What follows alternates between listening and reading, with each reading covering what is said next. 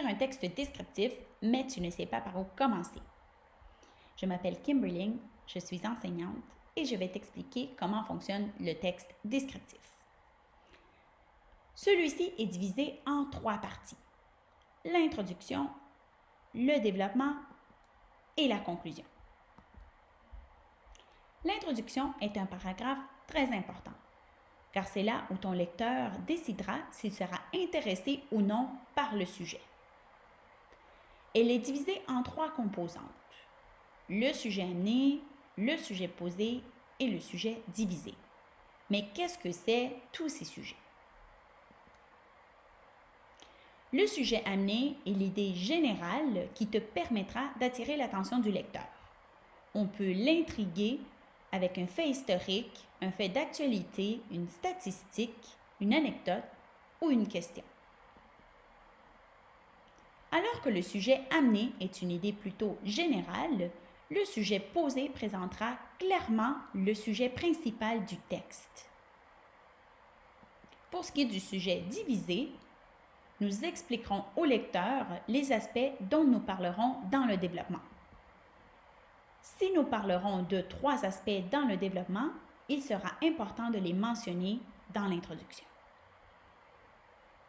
Et voici un exemple. Saviez-vous qu'il existe une banque de rêves appelée The Dream Bank qui rassemble plus de 20 000 récits? Lorsque nous rêvons, notre corps est inactif alors que notre cerveau travaille très vite. C'est ce que nous appelons le sommeil paradoxal. Dans ce texte, nous décrirons ce qu'il se passe dans le corps et dans le cerveau. Nous nous sommes servis d'une question pour intriguer le lecteur. Ensuite, nous avons présenté le sujet du texte et nous avons décrit de quelle manière les éléments seront présentés dans le développement. Donc, nous savons que dans le premier paragraphe du développement, on parlera de ce qui se passe dans le corps, alors que dans le deuxième paragraphe, nous parlerons de ce qui se passe dans le cerveau. Passons maintenant au développement. Le développement, c'est le corps du texte. Dans cette partie, on parlera de 3 aspects différents que nous décrirons. Nous devons commencer avec une phrase d'introduction accompagnée d'un marqueur de relation. Ensuite, nous ferons notre description et nous ajouterons d'autres marqueurs de relation pour rendre notre texte plus fluide. Nous vous présentons un exemple. Tout d'abord, pendant le sommeil, notre corps est vulnérable. Il devient très difficile de le réveiller car il est sourd, aveugle, muet et complètement paralysé. C'est donc dans le cerveau où tout se passe. D'autre part, notre cerveau carbure à fond. Cette petite matière grise est en activité, ce qui nous laisserait croire que nous sommes en éveil. De plus, le cerveau expérimente même des hallucinations auxquelles nous croyons. Nous pouvons observer le tout d'abord, qui serait notre marqueur de relation d'introduction.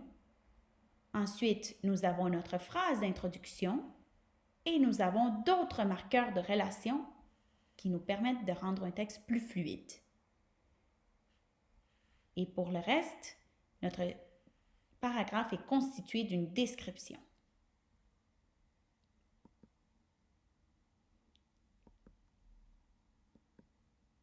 Voici d'autres marqueurs de relation qui vous seront utiles. Les marqueurs de relation d'ordre, de temps, d'addition, de conclusion ou de conséquence. Veuillez noter qu'il y a plus de marqueurs de relation. Ceci n'est pas une liste exhaustive.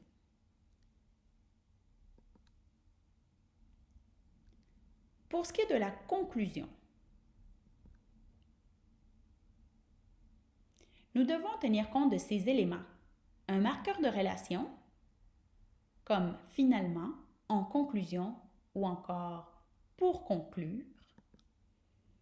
Nous devons faire un rappel du sujet, un résumé des aspects que nous avons traités dans le développement et une ouverture. Cette ouverture peut être une question, des pistes de réflexion ou encore des suggestions. N'introduisez pas de nouvelles idées dans votre conclusion, car vous pourriez mélanger le lecteur.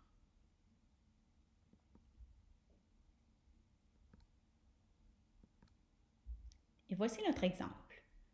Pour conclure, les rêves surviennent pendant le sommeil paradoxal, appelé ainsi puisque notre corps fonctionne au ralenti tandis que le cerveau est agité. Cependant, les rêves peuvent-ils être interprétés? Comme vous voyez, nous avons notre marqueur de relation, notre rappel du sujet, notre résumé et notre ouverture. Voici tous les éléments dont nous avions besoin.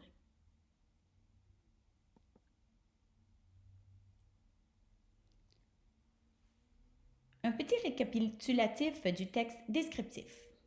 Donc, notre introduction est composée d'un sujet amené, un sujet posé, un sujet divisé. Ensuite, chaque paragraphe dans le développement sera composé d'une phrase d'introduction, d'une description et de marqueurs de relation. Notre conclusion, elle, doit contenir un marqueur de relation plus un rappel du sujet, un résumé et une ouverture. Et voilà, j'espère que vous aurez bien compris. N'hésitez pas à laisser des commentaires ou des questions dans la boîte ci-bas. Merci et bonne journée!